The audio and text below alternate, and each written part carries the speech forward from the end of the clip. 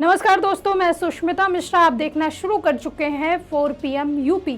दोस्तों, आज पश्चिम बंगाल समेत देश के 5 राज्यों में विधानसभा चुनाव के नतीजे आने वाले हैं। जिन राज्यों में चुनाव के नतीजे घोषित होंगे उसमें पश्चिम बंगाल के अलावा तमिलनाडु, केरल, असम और केंद्र शासित प्रदेश पांडुचेरी शामिल है। आपको बता दें कि पश्चिम बंगाल के विधानसभा चुनाव के 294 सीटें हैं, जिनमें 293 पर वोटों की गिनती हो रही है। यहाँ 2 चरणों में मतदान हुआ था। पहले चरण में 23 अप्रैल को 152 सीटों पर वोटिंग हुई थी, जबकि दूसरे चरण में 29 अप्रैल को 142 सीटों पर मतदान हुआ था।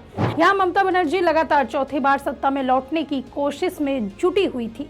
वहीं बीजेपी इस बार सत्ता में आने की लड़ाई लड़ रही है। वहीं अब बंगाल में विधानसभा चुनाव 2026 के रुझानों में बीजेपी आगे है। कांग्रेस नेता कन्हैया कुमार ने ट्वीट करके तंज कसा कि अगर बंगाल में भी बीजेपी नहीं जीती तो चुनाव आयोग पर भरोसा उठ जाएगा।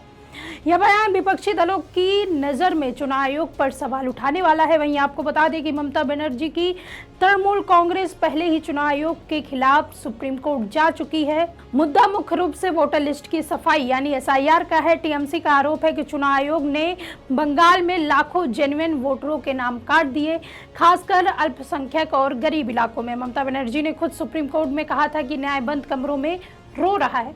उन्होंने दावा किया कि सफाई असली नागरिकों को वोट देने से रोकने की साजिश है। सुप्रीम कोर्ट ने इस पर सुनवाई की और चुनाव आयोग को निर्देश दिए कि हर जेन्युइन वोटर का नाम लिस्ट में होना चाहिए। लेकिन विपक्ष कहता है कि आयोग ने बीजेपी के पक्ष में काम किया है। कई विपक्षी नेता मानते हैं कि बंगाल में पिछले चुनाव में हिंसा और बूथ कैप्चरिंग की शिकायतें आ रही थी। अब SIR में करीब 27 लाख नाम काटे गए। टीएमसी इसे मुसलमानों और गरीबों को टारगेट करने वाला बता रही है। दोस्तों, आज सत्ता की आंखों में आंखें डालकर पत्रकारिता करना मुश्किल हो गया है।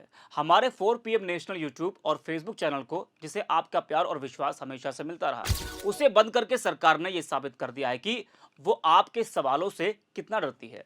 मुश्किल दौर है, लेकिन हम ना रुके थे और ना ही रुकेंगे।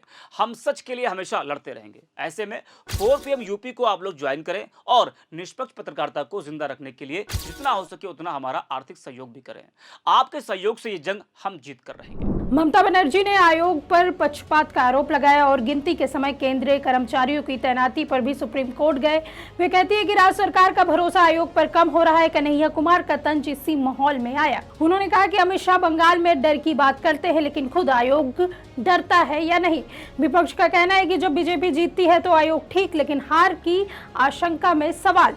बंगाल में उच्च मतदान हुआ, सुरक्षा भी ज्यादा थी, फिर भी विवाद हुआ। चुनाव आयोग इन आरोपों को खारिज करता है। उसने कहा कि SIR डुप्लीकेट, मृत और फर्जी वोटर हटाने के लिए था। बंगाल में लाखों नाम गलत थे। आयोग ने कहा कि यह निष्पक्ष प्रक्रिया है और कोर्ट की निगरानी में चल रही है। बीजेपी का पक्ष है कि पिछले सालों में बांग्लादेशी घुसपैठ से वोटर लिस्ट फुल हो गई थी, अब साफ किया जा रहा है। अपनी सफाई में वे कहते हैं कि विपक्ष हार के बहाने बना रहा है। यह विवाद लोकतंत्र के लिए गंभीर है। चुनाव आयोग भारत का सबसे भरोसेमंद संस्थान माना जाता है। अगर हर हार के बाद उस पर सवाल उठे तो संख्या कमजोर होगी, लेकिन विपक्ष कहता है कि संस्थाओं की स्वतंत्रता बचानी चाहिए। वही अब बंगाल के रुझान बीजेपी के पक्ष में आ रहे हैं। खैर, यह कोई पहला मौका नहीं जब चुनाव आयोग पर ऐसे आरोप लगे हों, लेकिन अफसोस की बात यह है कि चुनाव आयोग सत्ताधारी दल की चाटुकारिता करने में इस कदर मशगूल हो गया है कि जिसकी कोई हद ही नहीं। खैर, इस पूरे मामले को लेकर आप क्या सोचते हैं, हमें कमेंट सेक्शन में जरूर बताइए। अगर वीडियो पसंद आई हो तो लाइक करें और शेयर करें। हमारे चैनल को सब्सक्राइब करना बिल्कुल न भूलें। मिलते हैं आपसे अगली वीडियो में, तब तक के लिए दीजिए हमें इजाजत। नमस्कार।